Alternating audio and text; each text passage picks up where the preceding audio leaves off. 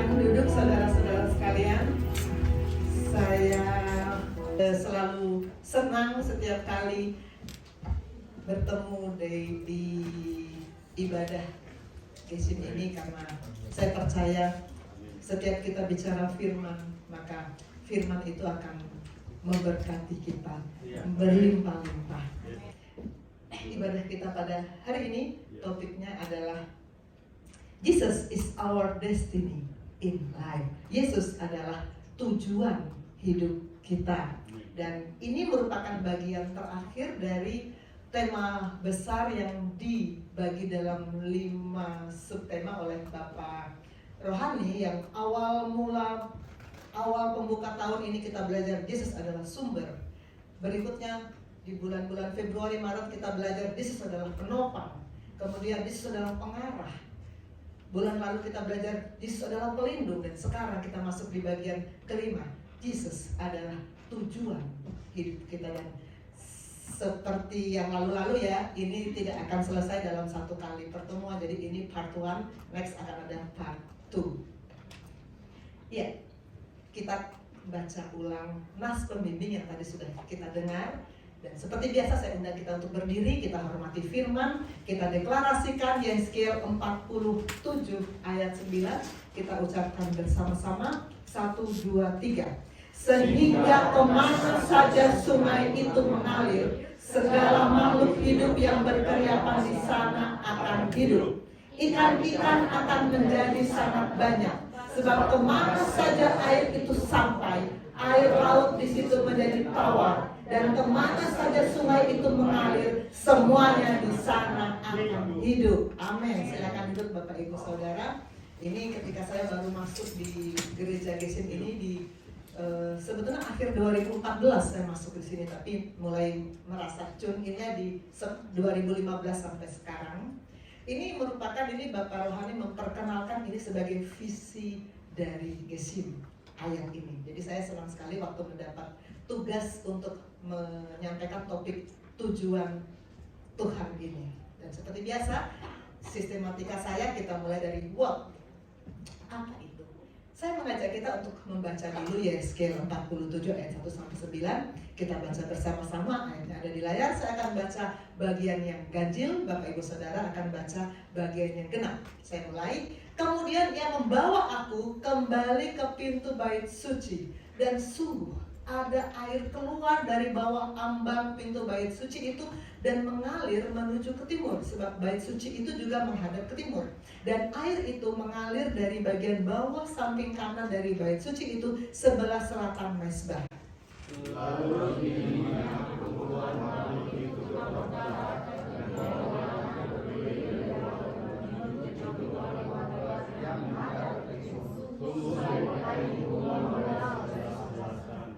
Sedang orang itu pergi ke arah timur dan memegang tali pengukur di tangannya.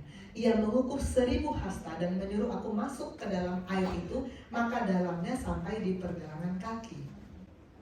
Ia mengukur 1000 hasta lagi dan menyuruh aku masuk ke dalam air itu. Saya sudah sampai di lutut. Kemudian ia mengukur 1000 hasta lagi dan menyuruh aku ke dalam air itu. Sekarang sudah sampai di pinggang. Sekali lagi ia mengukur 1000 hasta lagi, dan sekarang air itu sudah menjadi sungai, di mana aku tidak dapat berjalan lagi, sebab air itu sudah meninggi sehingga orang dapat berenang, suatu sungai yang tidak dapat diseberangi lagi. Lalu dia berkata padaku, sudahkah engkau lihat anak manusia? Kemudian ia membawa aku kembali seperti sungai. Dalam perjalanan pulang, sungguh sepanjang tepi sungai itu ada amat banyak pohon di sebelah sini dan di sebelah sana. Ia berkata padaku, sungai ini mengalir menuju wilayah timur dan menurun ke arah Laut Yordan, dan mengarah Laut Asis, air yang mengandung debu. Sehingga kemana saja sungai itu mengalir, segala makhluk hidup yang berkeriapan di sana akan hidup. Ikan-ikan akan menjadi sangat banyak, sebab kemana saja air itu sampai, air laut di situ menjadi tawar. Dan kemana saja sungai itu mengalir, semuanya di sana hidup. Amin. Ya, Yeskel 47 ini umumnya kitab-kitab di perjanjian lama itu buat saya dan mungkin secara umum rata-rata awam itu lebih susah ya, lebih susah dimengerti, banyak simbol-simbol, banyak istilah-istilah yang kita tidak begitu paham. Sebelum saya masuk di GISIM ini, saya kalau baca Yeskel juga saya baca seluruh Alkitab dari Kejadian sampai Wahyu sebelum saya masuk di sini. Tamat. Tetapi saya memang agak susah untuk memahami arti-arti kalau perjanjian lama, termasuk Yeskel ini. Tapi ketika saya masuk di sini, Bapak Rohani mengajarkan kepada saya arti dari Yeskel 47 ini, dan saya, oh ternyata luar biasa firman Tuhan. Kita akan belajar bersama-sama. Kita akan mulai dari, ini ilustrasi bagaimana air yang diceritakan di Yeskel ini keluar dari Bait suci mengalir ke arah timur dan makin lama makin dalam. Kita lihat ada aliran air kehidupan. Yeskel melihat ada aliran air kehidupan di ayat 1. Kemudian dia membawa aku kembali ke pintu bait suci dan sungguh ada air keluar dari bawah ambang pintu bait suci itu dan mengalir menuju ke timur. Seperti gambar yang tadi kita sudah lihat. Dan sesudah mengukur 1000 hasta, si malaikat itu menyuruh Yeskel masukkan. Dan ternyata air itu tingginya semata kaki. Ayat 3. Sedang orang itu pergi ke arah timur dan memegang tali pengukur di tangannya. Ia mengukur 1000 hasta dan menyuruh aku masuk ke dalam air itu. Maka dalamnya sampai ke pergelangan kaki. Beberapa tahun yang lalu kan Jakarta sering banjir ya. Mungkin ada dari kita yang pernah merasa berjalan di genangan air banjir. Kalau semata kaki, gampang nggak jalan? Ya gampang aja ya, semata kaki ini kan gampang, tetap bisa jalan. Air mungkin mengalirnya dari kanan ke kiri, kita mau maju bisa aja. Karena hanya semata kaki, kita masih bisa melakukan tujuan kita sendiri. Tidak terpengaruh sama arah arus air itu. Kemudian, air itu lebih tinggi lagi. Ayat 4. Ia mengukur 1000 hasta lagi dan menyuruh aku masuk sekali lagi ke dalam air itu. Sekarang sudah sampai di lutut. Kalau air sampai di lutut, dari kanan ke kiri sungai mengalir gitu, air sampai di lutut. Saya pernah rasakan ini waktu di daerah puncak, kita outbound gitu ya, kita nyeberangi sungai, air sampai di lutut. Agak susah ya jalan, agak susah. Tapi masih bisa maju, masih bisa. Pegangan tali gitu, masih bisa maju. Sedikit tergelincir, jatuh, bangun lagi, masih bisa ya. Ini Yeskel mencoba melakukan yang disuruh sama malaikat itu ya. Dia masuk, airnya selutut, dia masih bisa jalan. Lalu maju lagi, sekarang sepinggang. Ia mengukur 1000 hasta lagi, menyuruh aku ketiga kalinya masuk ke air itu. Sekarang sudah sampai ke pinggang. Sampai pinggang, mulai susah jalan, tapi masih bisa jalan, tetap masih bisa jalan. Masih bisa buat agenda sendiri, masih bisa punya tujuan sendiri, masih bisa punya keinginan sendiri. Saya lebih mementingkan ini daripada tujuan air yang mengalir itu, masih bisa. Tapi sesudah dia disuruh maju lagi dan mengukur 1000 hasta lagi, air itu sudah menjadi sungai di mana aku tidak dapat berjalan lagi, sudah sampai melewati batas kepala, dia sudah tenggelam di air itu. Maka yang ada dia hanyut mengikuti arus air itu. Gak bisa lagi bikin kemauan sendiri, gak bisa. Kemana air itu mengalir, ikut. Itu yang Tuhan mau kalau kita masuk di dalam aliran air kehidupan, di dalam rencananya. Kita tidak boleh lagi punya agenda sendiri. Saya maunya ini, nggak bisa.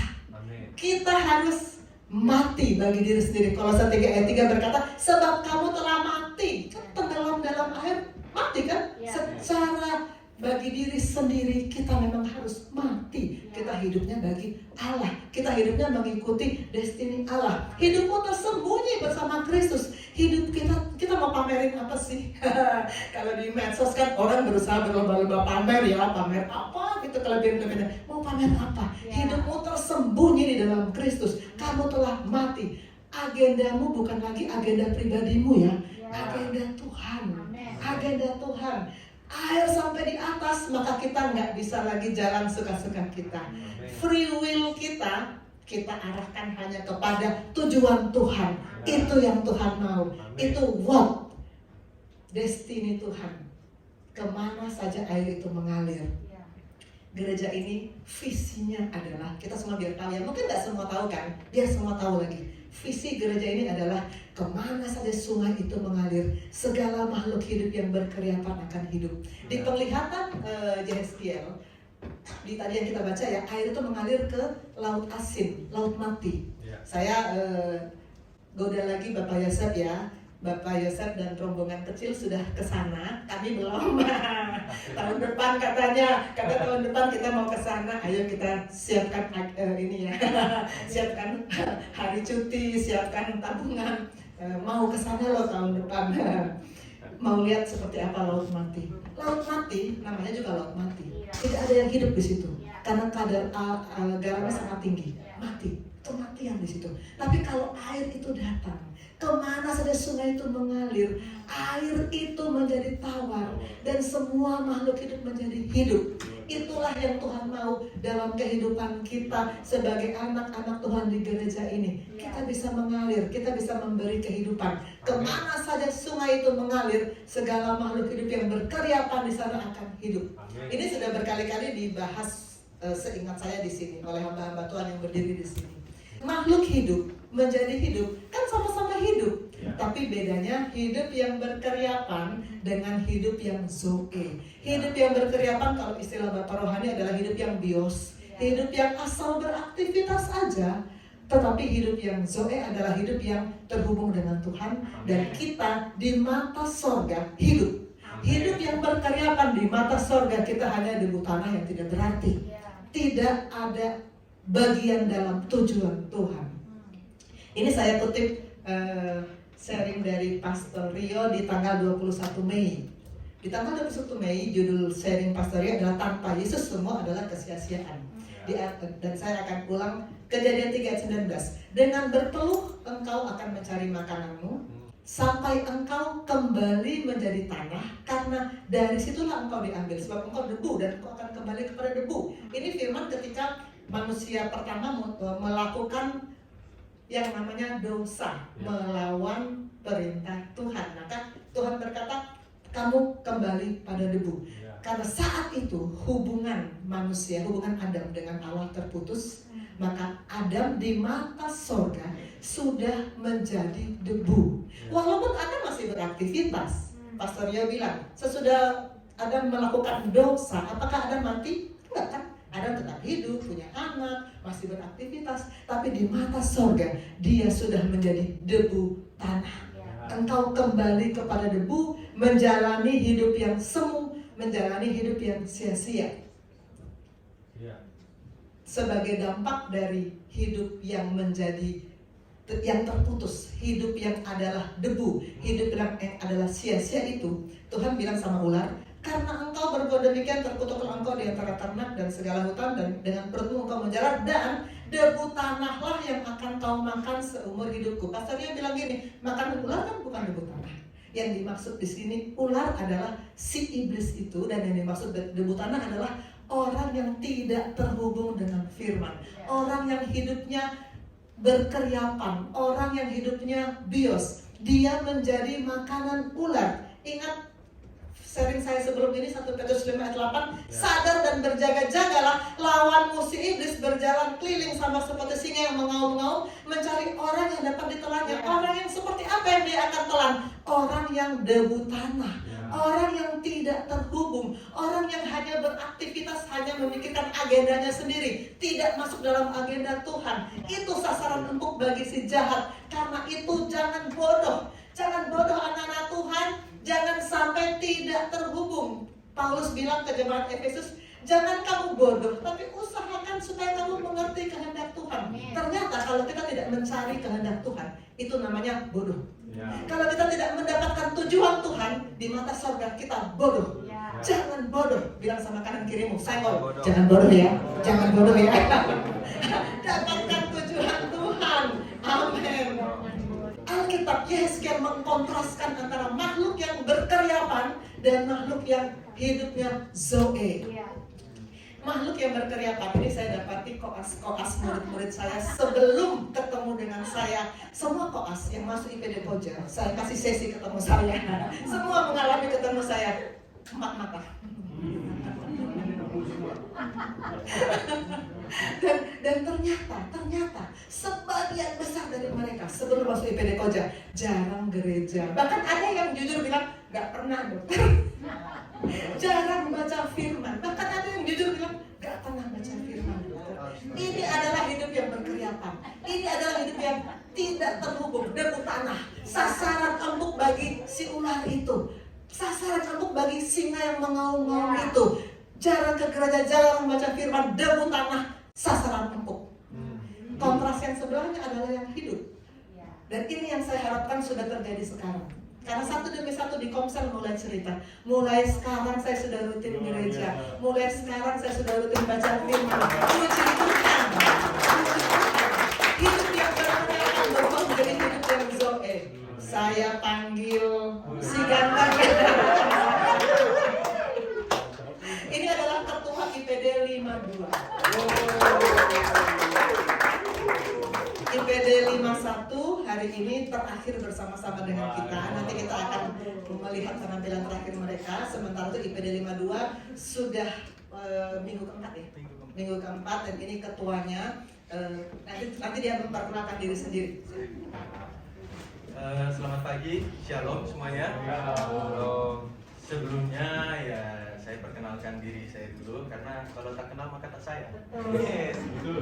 Nama saya Togu Justin Lodewik Simarmata. Di sini saya ketua IPD 52. Saya orang Batak, namun mama saya orang Timur, orang Sumba, suku Sabu. Saya ingin bercerita selama saya di sini. Di sini saya masuk minggu keempat, sudah masuk minggu kelima. Sebelum masuk ke IPD Koja ini, jujur saja ya, mungkin bukan hanya saya saja, yang lain juga rasa malas-malasan, mager-mageran, apalagi ya IPD Koja, pasti kayak gitu. Itu yang saya rasakan. Tapi semua itu agak berubah semenjak pemuritan pertama saya. Karena saya orang pertama yang dimuriti, yang anak IPD 52 bersama Dr. Susan. Dr. Susan yang membimbing saya. Dr. Susan hanya menanyakan hal-hal yang mendasar tentang kekristenan, tentang Alkitab. Padahal saya Kristen dari kecil, dari lahir saya Kristen. Tapi saya tidak tahu apa-apa, saya tidak ngerti apa-apa. Hal mendasar loh padahal loh. Tapi saya nggak ngerti apa-apa, saya benar-benar tidak tahu apa-apa.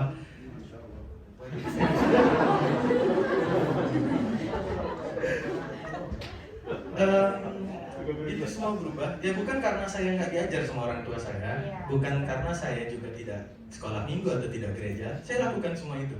Tapi mungkin karena kedagingan saya ngerasa kayak saya udah cukup, saya udah nggak perlu apa-apa lagi, saya udah bisa semuanya.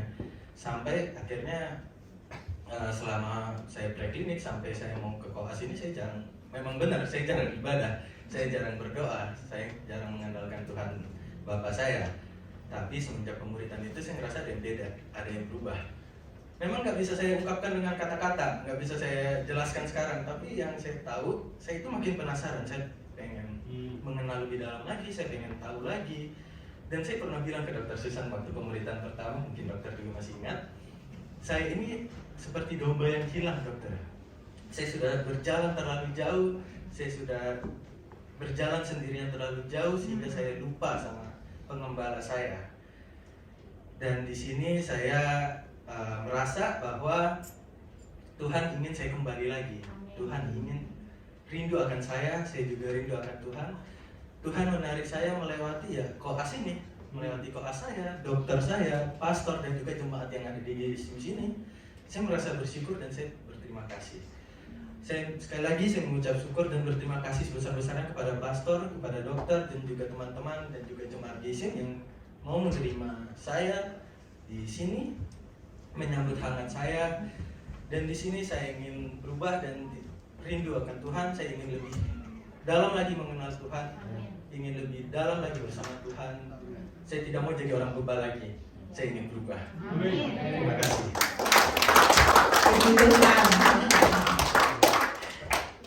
Saya suka dengan kata-kata Tobu, saya ingin berubah. Harus. Dampak dari firman adalah perubahan. Kalau tidak ada perubahan, firman itu belum bekerja. Amin. Oke, kita akan lanjut. Ya, kita sudah ikuti bersama bagaimana Tobu, murid saya, mewakili. Sebetulnya kan banyak anak koas yang juga kesaksiannya sama. sebelum masuk IPD Koja dan sesudah masuk IPD Koja. Dan saya sungguh memuji Tuhan bahwa visi Gesim ini sudah mulai menjadi visi kita masing-masing secara pribadi. Saya punya kerinduan yang sangat besar untuk anak-anak saya, anak-anak murid saya, untuk merasakan apa yang saya rasakan.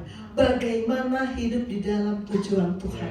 Luar biasa. Maka saya sangat bersuka cita waktu Ben dan Swesti, mereka ini berdua nih buah sulung saya, Ben dan Swesti. Swesti sudah ada?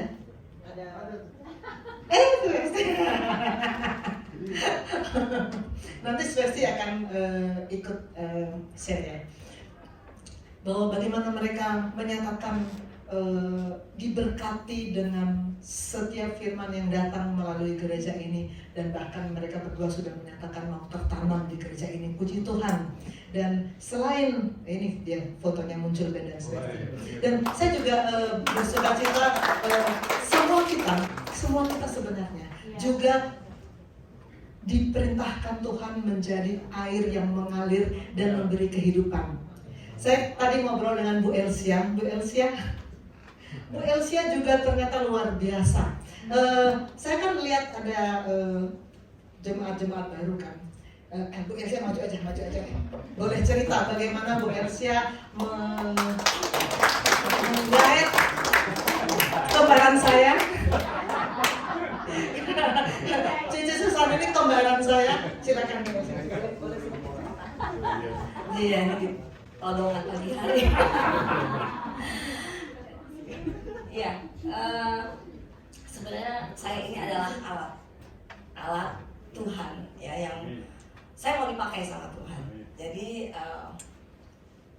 saya membuat persekutuan. Waktu itu saya bikin bulanan untuk tim saya, dan Ibu Ika ini adalah salah satu rekan saya. Beliau gabung di situ, dan Ibu Ika mau meresponi firman, dan punya kerinduan untuk mau terus lebih mendalami firman, lebih memahami lagi tentang Tuhan dan juga tentang firman Tuhan. Kemudian saudari Susan ini juga adalah teman sharing saya. Kita sering sharing. Dari sharing tersebut juga Susan merasakan kerinduan untuk mengenal Tuhan lebih dalam dan juga mendalami firman juga, sehingga komsel lah kami. Nah, di dalam komsel itu kita banyak bahas firman Tuhan yang dibimbing oleh Pastor Jerry. Semakin lama komsel, semakin mereka menemukan banyak kebenaran firman yang selama ini mereka belum pahami sedalam itu gitu ya, dan mengubah hidup mereka sehingga mereka memutuskan untuk tertanam di gereja ini, tertanam di Gesim ini, mau terus lebih mengenal Tuhan di Gesim ini. Dan buah dari pertumbuhan mereka adalah Susan membawa temannya lagi, ada Natalia, ada Kristi, kemudian juga ada adiknya Heru.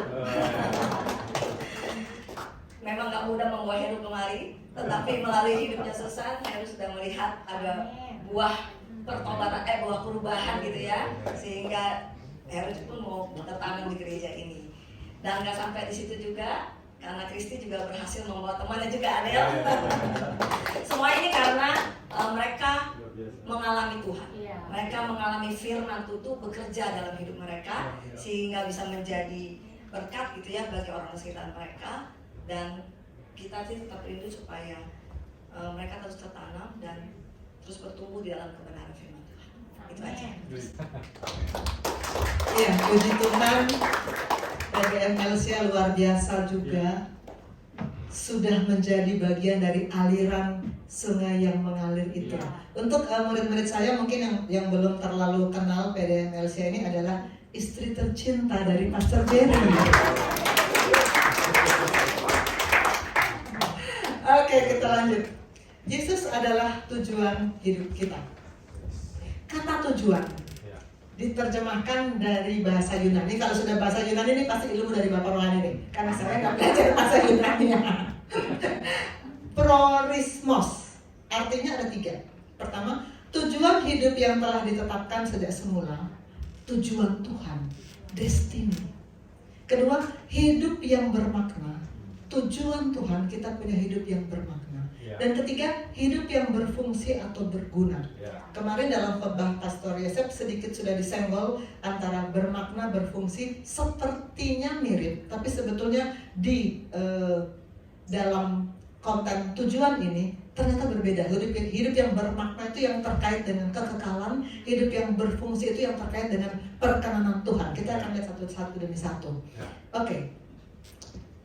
Destiny Tuhan. Tujuan hidup yang telah ditetapkan dari semula ialah tujuan untuk Gesim ini ialah dari Yeskiel 47 yang tadi kita sudah berulang-ulang baca. Sehingga kemana saja sungai itu mengalir, segala makhluk hidup yang berkeriapan di sana akan hidup. Ini adalah aliran yang keluar dari bait suci, mulai makin tinggi dan akhirnya kita harus tenggelam di dalamnya. Tenggelam di dalamnya, baru kita bisa ikut aliran itu kemana. Anak-anak kelas saya kalau ke pasien kan paling suka memilih Yohanes berapa? Yang kesukaan kalian itu? Yohanes 15 ayat 7. Jika kamu tinggal di dalam aku, tinggal di dalam aku tuh seperti ini, tenggelam di dalam firman dan ikut kemana saja tanpa ada lagi tawar menawar, tanpa ada lagi tapi kan dari visi keluarlah misi. Ini adalah misi Gereja Gesim yang diajarkan Bapak Rohani kepada saya. 1. Membangun kedalaman roh umat Tuhan. Sebelum masuk Gesim ini, saya kan di sini baru mulai tahun 2015. Sebelumnya, saya kan di gereja lama, gereja Injili yang besar, yang hampir semua banyak koas juga dari gereja itu. Kan tiap hari juga bergereja, tiap hari juga dengar firman. Tapi saya tidak mendapatkan roh saya dibangun. Saya tidak merasakan kedalaman roh seperti yang saya dapatkan di gereja ini. Sejak saya masuk di Gesim ini pertama kali, saya kemarin cerita ya, pertama kali saya masuk di Gesim itu adalah besoknya sesudah Ibu Sarah menikah dengan Bapak Mika. Saya ingat banget tuh. Sejak pertama saya datang, saya nggak pernah lagi ke gereja lain. Saya terus datang karena saya tahu di sini roh saya dibangun. Misi yang kedua, hidup dalam firman-Nya yang terus mengalir. Terus mengalir, bukan sebentar mengalir, sebentar berhenti. Gak seperti orang dunia. Orang dunia bagaimana falsafahnya? Hidup ini seperti roda, sebentar di atas, sebentar di bawah. Kita gak gitu. Orang dunia falsafahnya jatuh bangun itu biasa. Kita gak gitu. Firman itu terus mengalir dan terus mengalir. Ketika Tuhan Yesus ke sumur Yakub, dia ketemu dengan perempuan Samaria kan. Dia bilang begini ke perempuan Samaria itu, tapi barang siapa minum air yang kuberikan kepadanya, dalam Yohanes 4, ia tidak akan haus untuk selama-lamanya. Sebaliknya air yang akan kuberikan kepadanya akan menjadi mata air dalam dirinya yang terus-menerus memancar sampai kepada hidup yang kekal. Beberapa hari lalu saya merenungkan kisah Tuhan Yesus bertemu dengan perempuan Samaria ini. Perempuan Samaria ini kan bukan ahli Taurat, bukan orang Lewi bahkan, bukan pendeta, bukan penginjil, gak pernah kursus Alkitab, bahkan gak punya komsel. Tapi dia begitu ketemu dengan Tuhan, dia langsung cerita loh sama teman-teman sekampungnya. Dan dia langsung bawa loh teman-teman sekampungnya datang kepada Tuhan. Luar biasa, karena aliran air sungai itu terus-menerus mengalir dan membawa orang-orang lain juga untuk mengenal Tuhan. Ini saya ilustrasikan ke Ever. Waktu dia sekian hari yang lalu, tiba-tiba di hati saya mengatakan begini, Ever, kamu harus ke Pondok Cabe. Di hati saya ada saja keinginan itu. Nggak tahu, itu pasti Roh Kudus yang kasih. Saya ngomong ke Ever begitu dan puji Tuhan, Ever langsung bilang, siap dokter. Nggak ada tawar-menawar. Tapi dokter, saya kan nggak tahu alamatnya. Tapi dokter, itu kan jauh. Tapi dokter, saya kan belum kenal dengan Pastor Devi. Nanti saya bagaimana? Nggak, sama sekali nggak ada tawar-menawar. Siap dokter. Lalu yang dialami Ever ternyata selesai dia mengalami pemuritan di Cabe 3, yang dia lakukan apa? Seperti perempuan Samaria ini, langsung cerita ke Feli dan Yuni. Langsung cerita, nggak ada yang suruh, dia cerita. Dan luar biasa. Feli dan Yuni langsung bilang daftar, mau, selanjutnya mau. Yuni langsung, habis Yuni Feli bahkan prolong 1 minggu penuh. Feli saya suruh sharing untuk cerita, tapi dia bilang nanti di part kedua dokter, karena saya harus persiapan. Terus menerus mengalir, bukan hanya sekali-sekali mengalir, bukan hanya kalau lagi musimnya, kalau kita lagi pelayanan, oke, firman mengalir. Tapi kalau kita lagi berhadapan dengan, oh saya sakit, maka aliran air kehidupan berhenti. Tidak, terus menerus mengalir. Amin. Maka kalau mengalir, itu akan memberkati. Wahyu 22, siapa yang pegang mic boleh tolong baca? Ben pegang mic ya? Atau boleh? Feli boleh. Feli baca. Mas Wahyu 22. Ya. Yeah. Wahyu 22 ayat 1. Lalu ia menunjukkan kepadaku sungai air kehidupan yang jernih bagaikan kristal dan mengalir keluar dari tahta Allah dan tahta anak domba itu. Ayat 2, di tengah-tengah jalan kota itu, yaitu seberang menyeberang sungai itu, ada pohon-pohon kehidupan yang berbuah 12 kali, tiap-tiap bulan sekali, dan daun pohon-pohon itu dipakai untuk menyembuhkan bangsa-bangsa. Iya, aliran air kehidupan jernih bagai kristal. Bapak Rohani bilang jernih itu artinya firman itu firman murni. Jangan tambah-tambah dengan pikiran kita sendiri, jangan tambah-tambah dengan teori-teori orang. Firman yang benar-benar kita datang kepada kita, firman Kristus yang benar-benar bicara kepada kita, itu aliran air kehidupan, dan itu akan memberkati. Di ayat 22 ayat 2, daun itu dipakai untuk menyembuhkan bangsa-bangsa, memberkati orang-orang di sekitar kita. Saya sebetulnya ada sedihnya, karena ini hari terakhirnya IPD 51 bersama-sama dengan kita. Minggu depan Ever sudah di Semarang, Rio sudah di Lampung, yang lain entah di mana. Tapi saya katakan kepada kalian, saya katakan kepada kalian dokter, menyembuhkan fisik, ya. Tapi lebih dari itu, kalian mesti melihat kesembuhan roh dan jiwa pasien itu. Pasien itu fisik, kesembuhan fisik buat surga nggak penting. Percayalah, buat surga kesembuhan fisik gak penting, yang penting adalah rohnya kembali kepada terhubung dengan Tuhan, sehingga selama-lamanya, bayangkan, selama-lamanya dia bisa bersama-sama Bapa di surga. Amin. Itu yang menjadi destiny dari Tuhan, agar kita mengubah kehidupan yang berkeriapan menjadi kehidupan yang Zoe.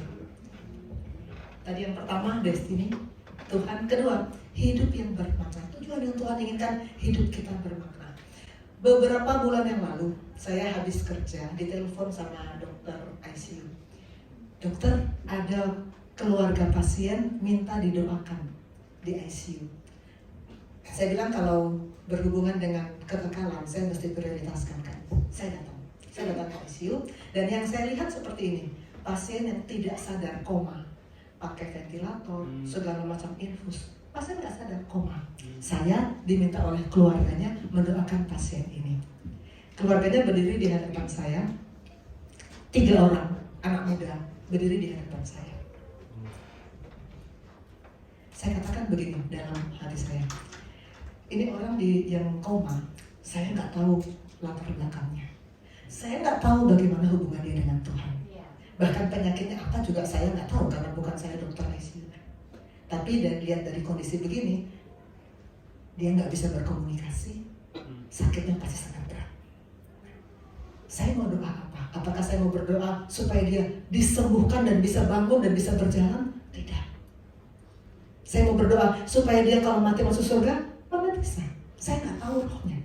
Tapi di depan saya ada 3 orang keluarganya, anak-anak muda, memandang saya, menunggu saya mau bilang apa. Lalu saya bilang sama Tuhan, mereka bertiga ini sasaran Roh Kudus. Saya bilang ke mereka, saya nggak bisa berkomunikasi dengan saudaramu, tapi saya bisa berkomunikasi dengan kamu. Apakah kamu mau mendengar 4 kebenaran, 4 hukum rohani yang Tuhan mau nyatakan? Mau dokter? Saya langsung cerita 4 hukum rohani, dan saya langsung bilang, mau kalian terima Yesus? Puji Tuhan, mereka bertiga mau terima Yesus di ICU itu. Saya tidak bisa menjangkau yang lagi koma, karena saya tidak bisa Tapi yang tiga ini sasaran Roh Kudus. Hidup yang bermakna itu adalah hidup yang terhubung dengan kekekalan. Saya tidak bisa mengintervensi yang sudah koma, tapi yang hidup ini kita bisa intervensi. Kita bisa perkenalkan, kita bisa sampaikan kepada mereka 4 kebenaran.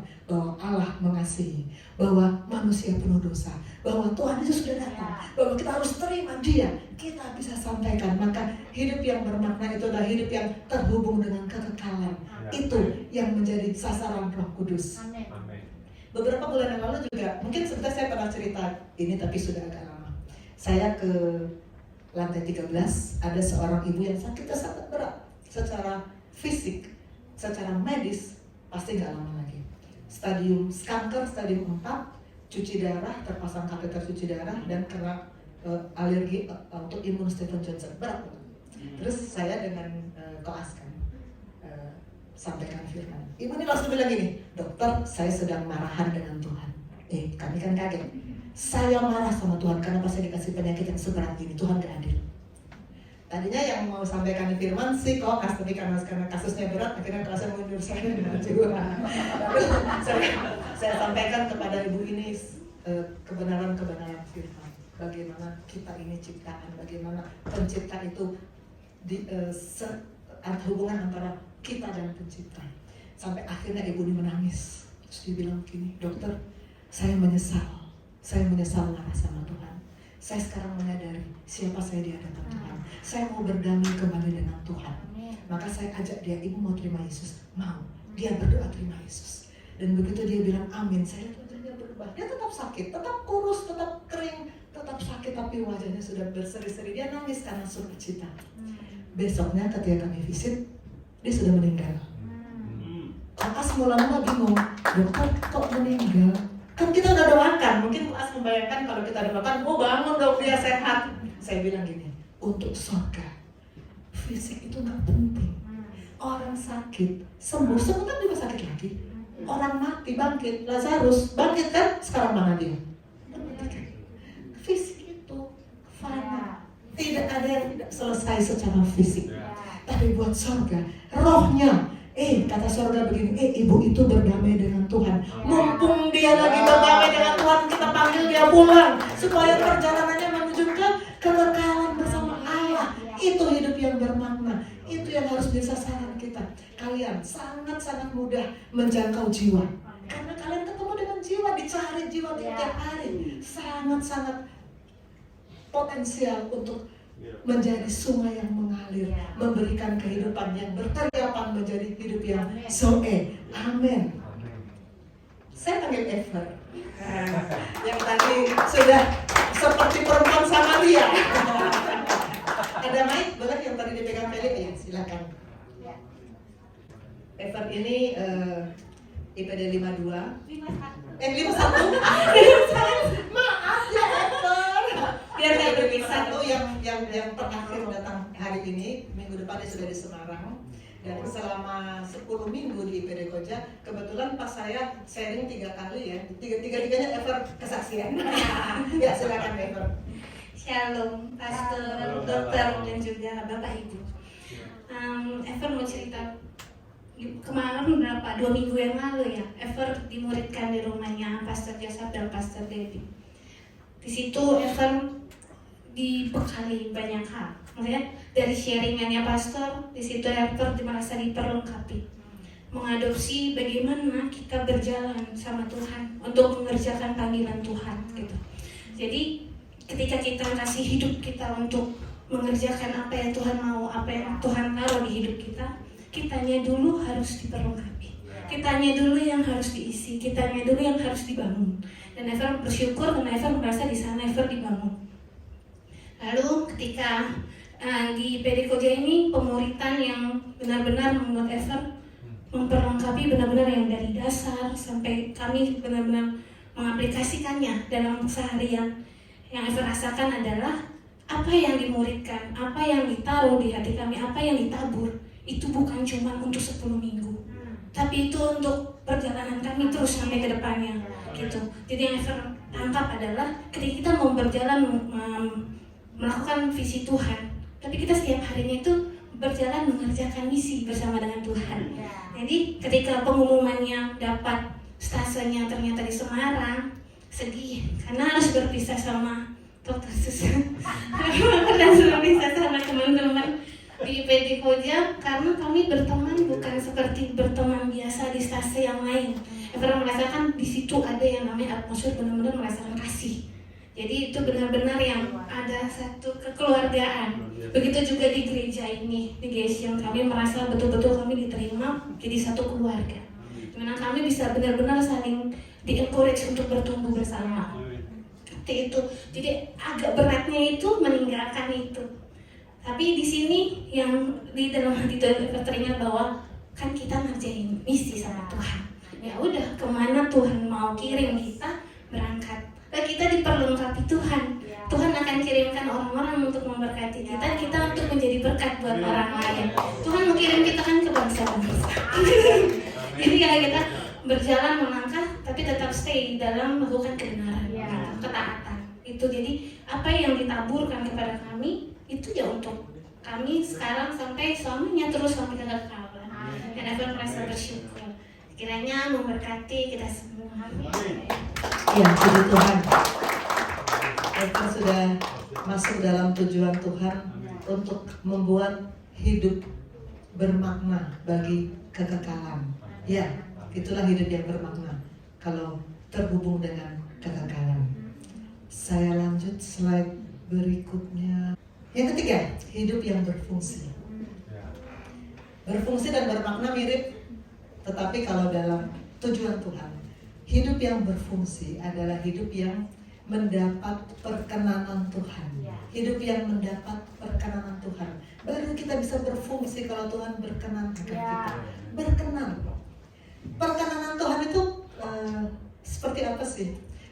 Minggu lalu saya dan 4 atau 5 orang murid ngobrol dengan Bapak Yosef di lantai 1. Pak Yosef memberi ilustrasi kegiatan koas kami. Setiap 10 minggu saya punya 20 orang koas kan. 20 koas ini beda-beda dong. Waktu baru pertama ketemu, saya kan nggak kenal sama sekali semuanya. Nggak ada yang saya kenal. Saya nggak tahu masing-masing isi hatinya bagaimana, latar belakangnya saya nggak tahu. Dalam berjalannya waktu, ternyata respon koas beda-beda. Ada yang rajin komunikasi dengan saya. Apapun cerita, masalah di rumah cerita, pelajaran, konsultasi, hal-hal kecil juga cerita. Tapi ada juga yang bahkan ada yang nggak pernah ngomong sama saya. Kalau lihat saya sembunyi. Ada koas yang kalau lihat saya menjauh, takut ditanya. Saya tahu sebenarnya, kenapa koas mau sembunyi, mau menjauh kalau ada saya. Takut ditanya. Kalau ditanya nanti ketahuan nggak tahunya. Mana saya sudah tahu kalau nggak tahu. Kan koas singkatan dari kumpulan orang serba salah. Itu kepanjangan dari koas. Saya sudah tahu kalau dia nggak tahu, tapi kan saya pengen supaya dia belajar, saya ajak diskusi kan gitu. Tapi lari, ngumpet. Ada yang jarang kok chat saya, ada yang jarang ajak saya diskusi. Tapi ada yang tiap hari ajak diskusi. Nah, di hati saya, yang saya lebih berkenan itu yang mana? Pasti yang banyak komunikasi kan? Pasti yang banyak komunikasi. Begitu juga kita dengan Tuhan. Kalau kita rajin berkomunikasi dengan Tuhan, maka kita menjadi seperti Daud, berkenan akan Tuhan. Daud itu luar biasa kan? Tuhan berkenan akan dia. Tuhan berkata, Daud itu, aku berkenan akan dia. Karena Daud sangat-sangat hatinya terus-menerus berkomunikasi dengan Tuhan. Komunikasi dengan Tuhan bukan hanya doa minta ya, kan kebanyakan koas kalau yang namanya doa itu kan minta ditolong kalau ujian, minta dikasih kalau yang ngekos minta dikasih kiriman uang kos gitu ya. Kan minta. Padahal komunikasi itu kan bukan cuma minta. Kita ketemu saya ketemu pastor dari senyum, itu kan komunikasi. Senyum menyapa, itu yang perkenanan Tuhan. Kalau kita intens berkomunikasi dengan dia. Saya panggil Rio. Rio ini anak saya. Juga sudah sama dengan Ever sudah 3 kali tampil di sini untuk kesaksian. 3 kali saya sharing, 3 kali dia muncul. Karena banyak yang saya berinteraksi dengan Rio. Ya, silakan Rio. Baik, puji Tuhan. Shalom Bapak Ibu. Shalom, perkenalkan nama saya Rio, saya Ketua IPD 51. Dan ini minggu terakhir saya di IPD Koja, minggu besok. Lalu saya akan ke Lampung. Banyak teman-teman IPD juga, kami berpencar beda-beda. Nggak nyesel. Iya, jadi terima kasih dokter kesempatannya untuk bersaksi. Jadi saya selama di IPD Koja itu kan ada 10 minggu Bapak Ibu. Nah selama 7 minggu itu kurang lebih saya itu dikasih kesempatan untuk bersama dengan dokter Susan. Di Koja ada 3 dokter gitu, tapi selama 7 minggu itu saya kebetulan dibaginya banyak kan bersama dokter Susan gitu. Dan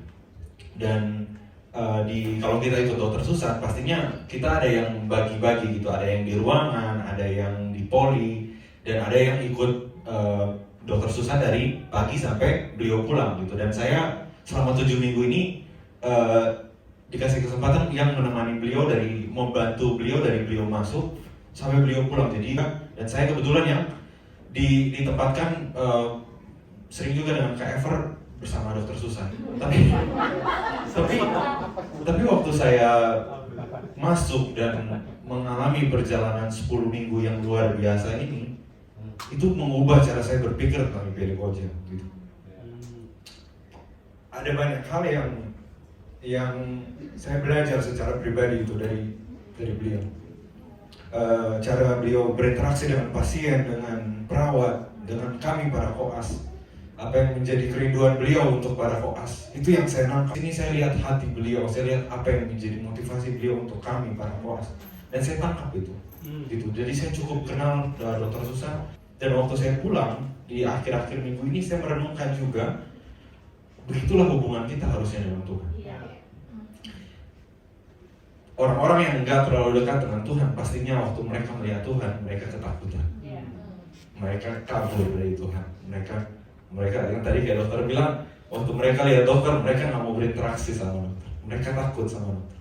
Tapi untuk kami yang lumayan kami dekat dengan dokter Susan, kami berinteraksi sangat aktif gitu. Kami tahu beliau sampaikan banyak hal, pelajaran tentang pelayanan, tentang hati beliau kepada Tuhan, dan itu kami tangkap gitu. Dan waktu saya merenungkan, begitulah hubungan kita dengan Tuhan harusnya. Kalau kita terhubung dengan Tuhan, kita benar-benar kenal siapa Tuhan. Orang lain bisa bilang apa tentang Tuhan, bilang beginilah Tuhan jahat, Tuhan gak adil. Tapi kalau kita mengalami Tuhan secara langsung, akan beda cara pandang kita tentang Tuhan.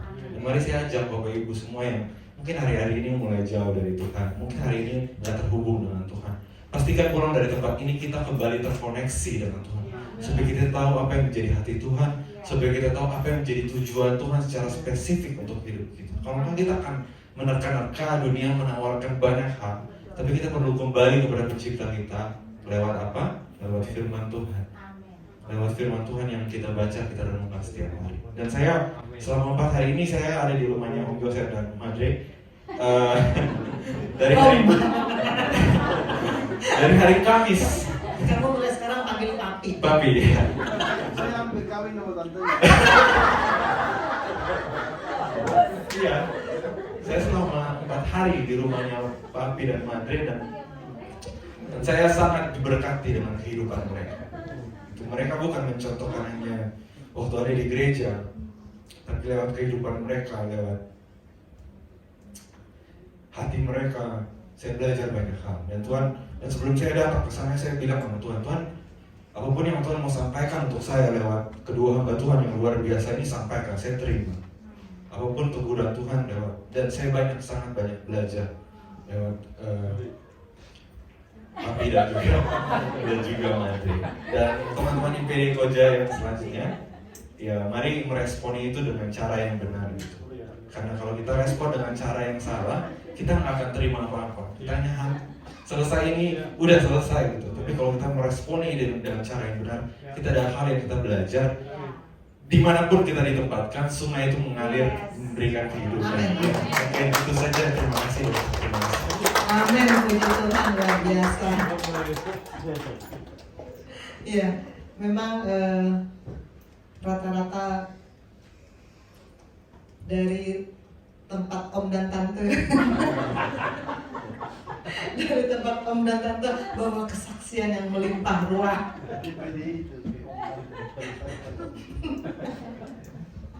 Baik, tadi what, sekarang kita masuk di who. Siapa yang mendapatkan tujuan Tuhan? Pertama saya panggil Swesti.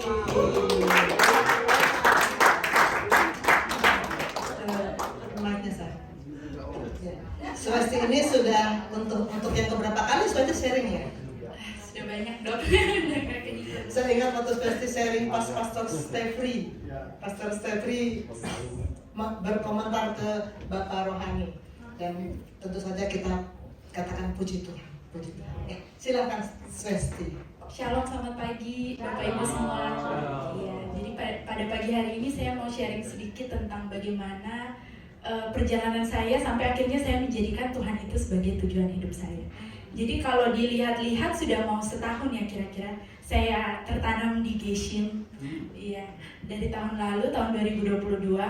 Jadi kalau sebelum saya tertanam di Geshim, sebelum masuk ke IPD Koja, sebelum ketemu Dokter Susan, itu kalau ditanya tujuan hidup saya akan bilang saya punya daftar-daftar pencapaian. Jadi saya sudah punya daftar-daftar goals kira-kira apa sih yang ingin saya capai. Jadi secara tidak langsung sebenarnya saya menjadikan saya sendiri sebagai tujuan hidup saya. Dan hal itu terjadi saya sadari karena memang hubungan saya dengan Tuhan renggang. Karena hubungan saya dengan Tuhan terputus.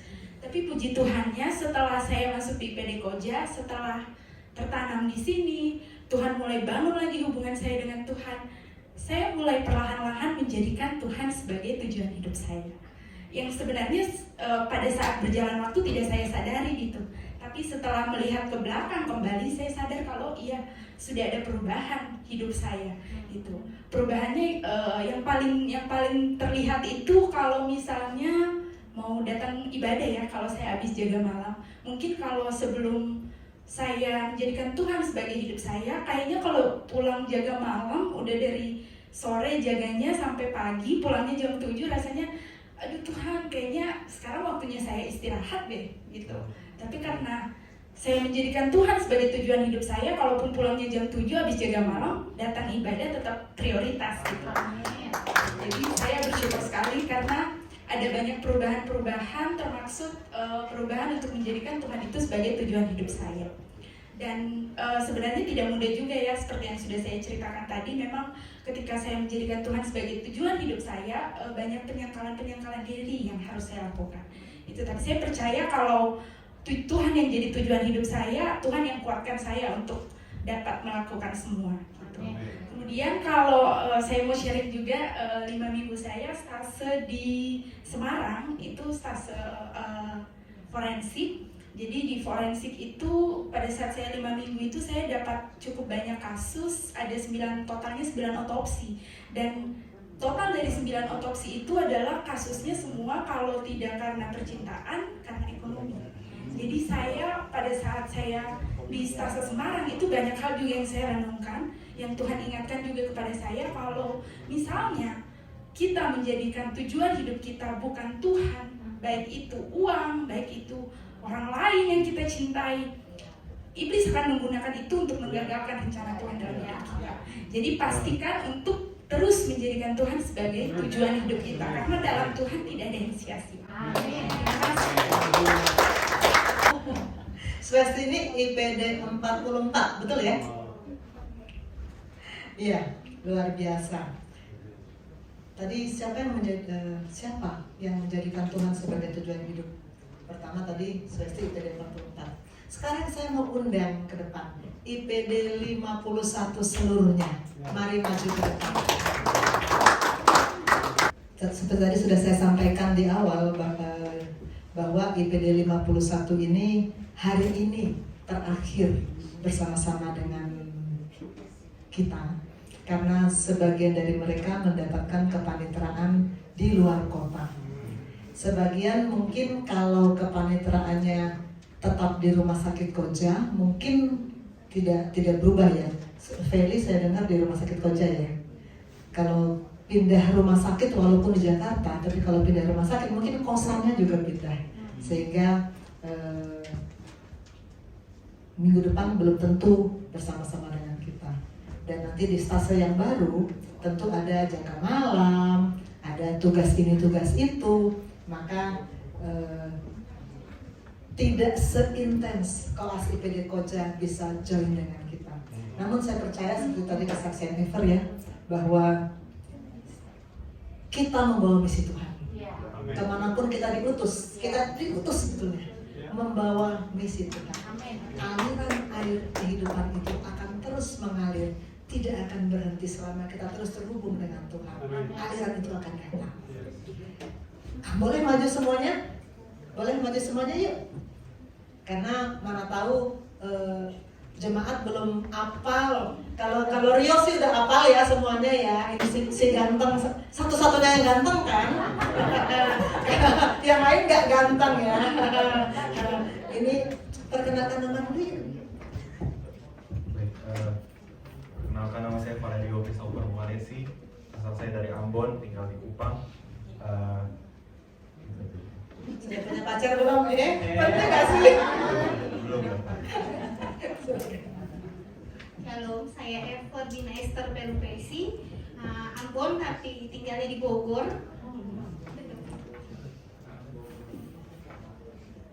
Shalom. Nama saya Yunita Puimera. Saya orang Ambon tapi tinggal di Sorong, Papua.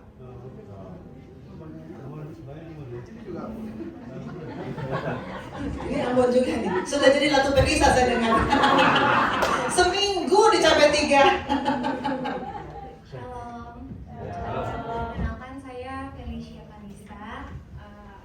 Lahirnya di Manado tapi besar di Samarinda. Terima kasih. Shalom. Penting ya? Shalom. Saya Melianta Agusta Krista Hutubesi. Mama saya Famailoa. Saya Hutubesi dan saya lahir besarnya di Jakarta. Tinggalnya di Cimanggis, Depok. Dan itu saja. Terima kasih. Mamanya Meli ada di sini loh. Boleh berdiri tante? Boleh berdiri, ini mamanya Meli. Selamat datang. Dan Meli ini punya karunia pandai menyanyi loh. Waktu itu sebetulnya udah latihan mau nyanyi, sakit. Oke, Michelle. Shalom semuanya, selamat pagi. Ya, perkenalkan saya Michelle Salin. Saya orang Bandung tapi besar dan lahir di Jakarta.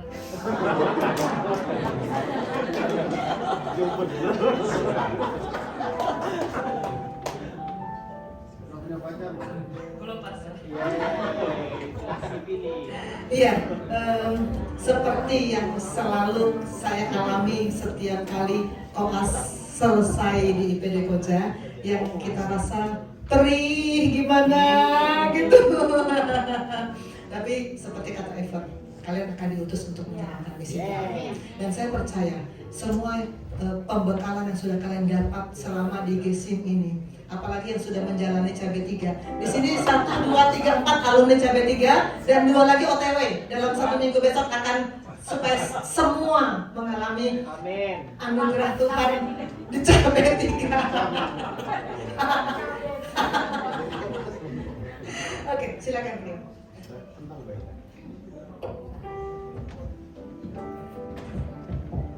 Baik, jadi ya ini kelompok kami ingin membawakan satu lagu judulnya Mengenalmu dari JPCC. Kenapa saya pilih lagu ini?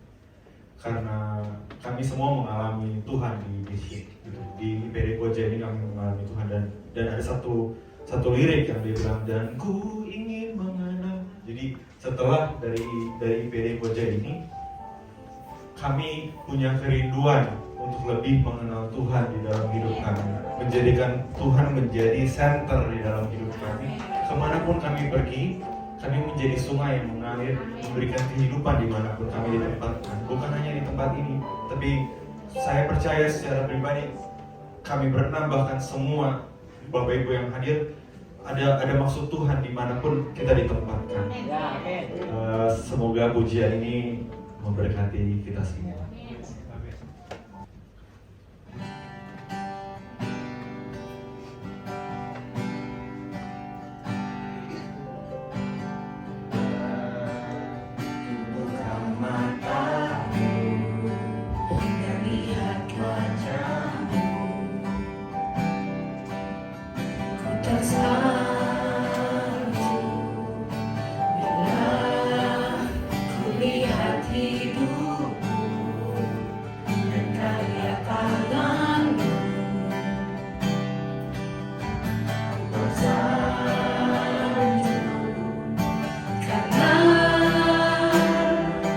Semua yang baik dalam hidupku,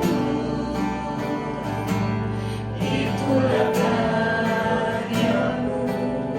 Kau beri kesempatan yang baru, dan ku ingin mengenalmu Tuhan lebih dalam dari semua yang ku kenal.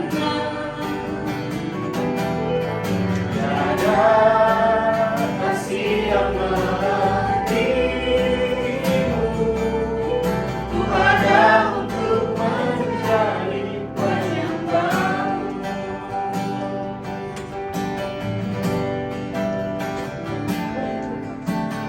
Bila ku buka mataku, lihat wajahmu,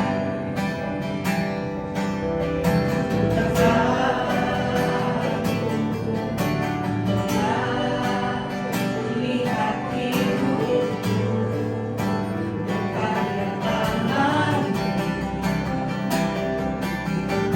sesuatu, karena semua yang baik dalam hidupku,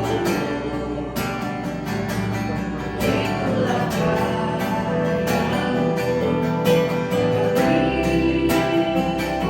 Kesempatan yang baru, dan ku ingin mengenalmu Tuhan lebih dalam dari semua yang ku kenal.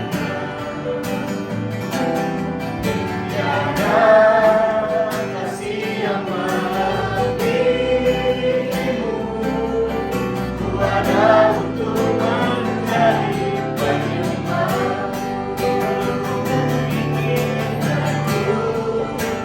Ingin mengenalmu Tuhan lebih dalam dari semua yang ku kenal. Tiada kasih yang melebihimu, ku ada untuk menjadi penyembah. Ku ada untuk menjadi penyembah. Ku ada untuk menjadi penyembah.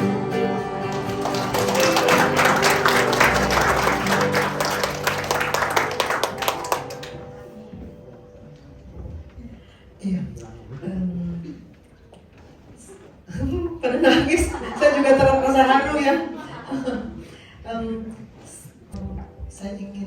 Saya rindu Bapak Rohani boleh berdoa untuk anak-anak saya ini supaya mereka sungguh di dalam rencana Tuhan.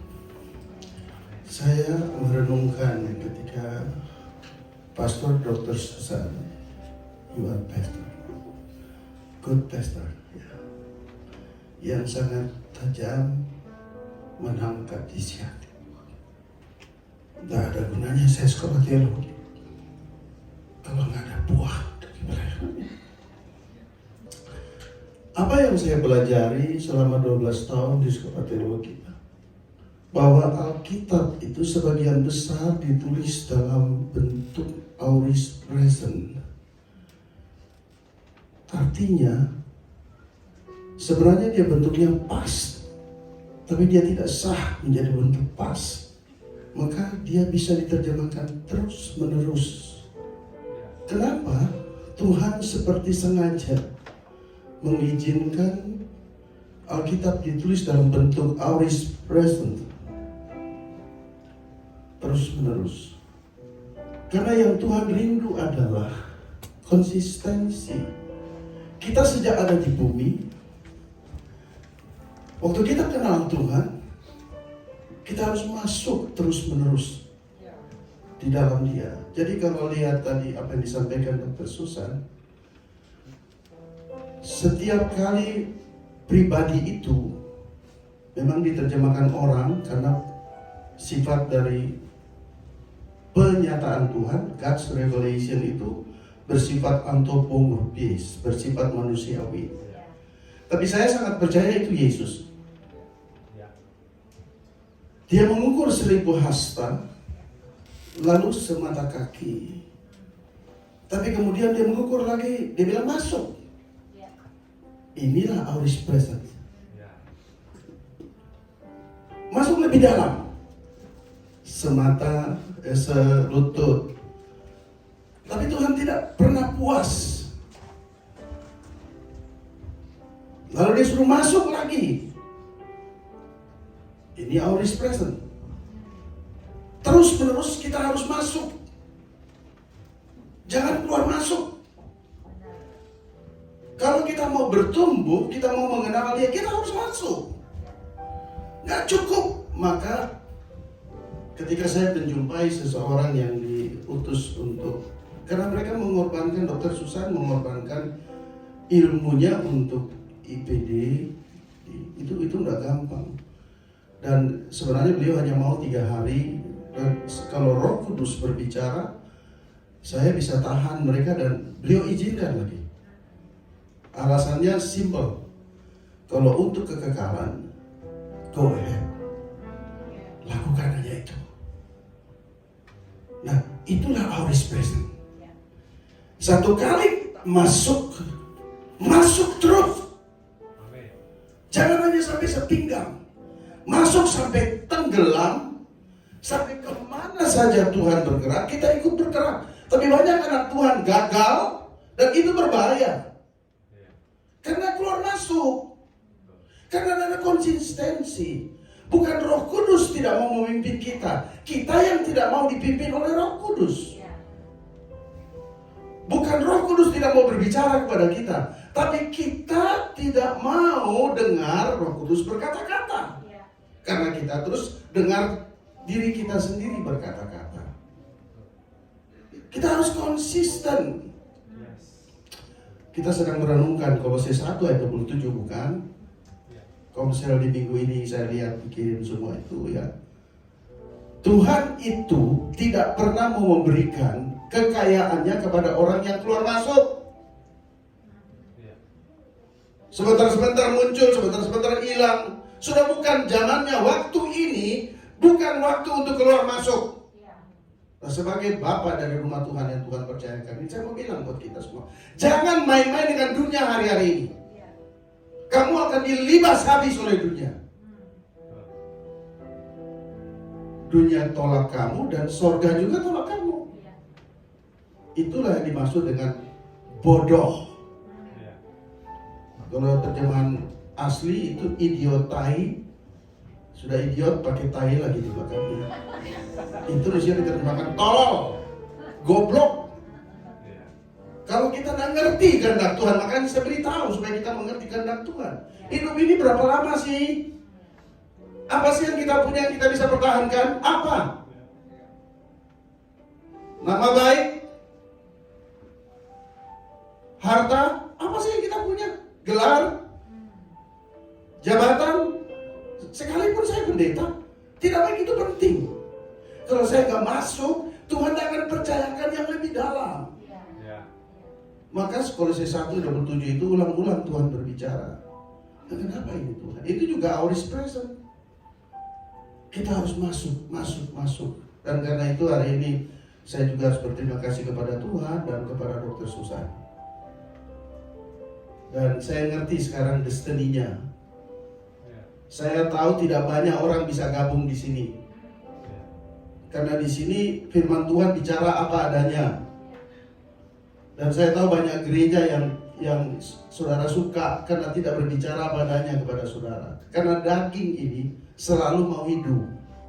Kedagingan ini selalu mau hidup. Tapi ketika kau membiarkan kedagingan hidup, dengarkan baik.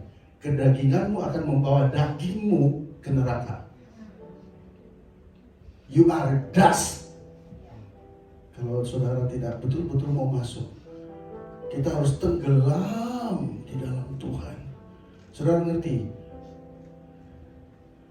Bagaimana caranya membuat kirbat yang udah kaku? Kita ini dari gereja-gereja, dan itu sulit sekali dibangun. Kalau kita berasal dari latar belakang gereja, celakanya saya cenderung menemukan banyak orang yang kelihatannya ada di gereja yang sepertinya hidup, padahal mati. Bagaimana caranya supaya kirbat yang sudah kaku itu bisa menampung anggur baru? Yang pertama dia diasapin, dibakar, dihangatin. Makanya saudara masuk di sini dihangatin terus tuh, gelisah terus tuh. Bahkan saya lihat kalau ada yang mau khotbah di sini terlalu keras, ada yang keluar masuk tuh. Bukan pergi kencing, pergi berdiri di luar. Saya ngerti itu. Oh ya ini masih banyak kedagingan. Saya tidak sedang menghakimi. Saya mau beritahu saudara supaya nanti kalau saudara mati masuk neraka, saudara pernah diingatkan dari mimbar ini. Tapi kalau saudara masuk surga, saudara paling sedikit ingat bahwa ada pendeta yang kasih tahu saudara dulu. Jangan sampai nanti pendetanya yang masuk surga malah saudara yang masuk surga. Itu gawat lagi. Yang kedua adalah harus direndam. Direndam. Tak boleh cuma dicelup begitu. Direndam lama-lama. Dan karena itu supaya mereka berubah, apa yang mereka saksikan, yang mereka tidak cukup hanya 3 hari. Bahkan saya minta izin untuk Rio. Iya, Rio. Dr. Susan masih sudah kasih izin, tapi saya sedikit maksa. Susan boleh nggak dia tambah 3 hari lagi? Karena itu materinya dia. Jadi Natal New mesti khusus pribadi kali ya. Nanti dengan Dr. Susan. Mengapa? Karena saya mulai melihat bahwa strategi pelayanan ini pelayanan strategis. Mereka sangat penting, saudara. Kalau pendeta itu cari jiwa, kalau dokter itu dicari jiwa. Dokter bisa bilang amin? Dokter itu dicari jiwa, termasuk orang sakit jiwa, pasti cari dokter, ya. Tapi kalau pendeta cari jiwa. Jadi di tangan kalian tuh dekat sekali orang. Mau dibawa ke surga, saudara tidak ngerti tujuan Tuhan. Ngerti nggak? Kasihan deh lo kalau kalian tahu. Pergi dari sini saya doain tapi nggak ngerti tujuan Tuhan. Kasihan dulu. Saya selalu bilang begitu. Kalau saya khotbah sekalipun itu di kalangan, dulu saya sering diundang di kalangan Sespati, Sekolah Perguruan Tinggi Jenderal-Jenderal. Kadang-kadang mereka memandang pendeta itu kecil, kasihan deh. Saya bilang lo yang kasihan. Lo yang kasihan. Lo punya apa sih yang lo bisa katakan? Gak ada. Ada waktu satu termin, lo akan tinggalkan semua tuh jabatan pangkat. Dan bahkan dirimu sendiri lo harus tinggalkan. Jadi daripada tinggalkan, dari sekarang ambil keputusan. Mati bagi diri sendiri. Dan hanya hidup untuk Tuhan. Ini waktunya. Bilang ini waktunya. Mati bagi diri sendiri. Dan hidup hanya untuk Tuhan. Baik, kita berdoa. Tuhan, kami mengucap syukur menyembah-Mu untuk kesaksian dari anak-anak Tuhan ini. Mereka perlukan Engkau lebih daripada kami. Kalau mereka pergi, Tuhan, sebagaimana Engkau memperkenalkan diri-Mu selama beberapa hari bersama dengan kami, Teruskan itu Tuhan. Kami terbatas, tapi Engkau tidak terbatas. Engkau punya berbagai cara untuk memperkenalkan dirimu kepada anak-anak Tuhan ini. Mereka rindu, mereka haus, semakin lapar untuk mengenal Engkau sebagaimana yang mereka nyanyikan hari ini. Aku berdoa dalam nama Yesus sebagai hamba Tuhan. Urapan khusus terjadi atas mereka. Rasa haus lapar akan Tuhan lebih penting daripada apapun yang mereka sedang kejar. Aku percaya masa depan mereka, karir, pelayanan, keluarga, dan apapun yang mereka kerjakan berjalan dari satu kemuliaan kepada kemuliaan yang lebih besar. Kami mengutus mereka, mengembalikan mereka ke dalam tangan-Mu, dan membiarkan mereka berjalan bersama dengan Roh Kudus, supaya dimanapun mereka pergi, di stasiun di mana, di kota manapun, bertemu dengan dokter-dokter senior yang lain, yang mereka suka atau mereka tidak suka, mereka tetap prima, mereka tetap percaya bahwa Tuhan beserta dengan mereka, sehingga mereka cakap membawa diri mereka tetap cakap di dalam ketaatan untuk melakukan yang terbaik bagi kemuliaan Tuhan. Terima kasih Bapa. Kami berdoa memberkati hamba-Mu, Pastor Dr. Susanandraha, untuk hatinya yang mengasihi Engkau. Kami berdoa terus Tuhan, alirkan seluruh yang ada di hati-Mu ke dalam hatinya, supaya hamba Tuhan ini dipakai Tuhan lebih dahsyat lagi, bukan hanya untuk membina para dokter, tapi sampai kepada pasien-pasien, dimenangkan untuk kemuliaan Tuhan. Hati-Mu ada di hatinya, hatinya Engkau tahu ada di hati-Mu. Terima kasih Bapa, dalam nama Yesus. Semua yang percaya katakan bersama saya, amin. Baik, Dokter Susan, selamat jalan. Yuk belum jalan. Tuhan berkati. Tuhan berkati. Tuhan berkati. Ya, silakan kembali ke tempat. Karena khotbah saya memang juga belum saya tutup, tapi memang tinggal penutupan. Ya, untuk why ini ada di part 2 karena memang waktunya nggak cukup. Untuk how juga ada di part 2, maka saya akan mengakhiri sharing ini. Kita berdoa sekali lagi. Bapa di surga, terima kasih firman-Mu sudah datang.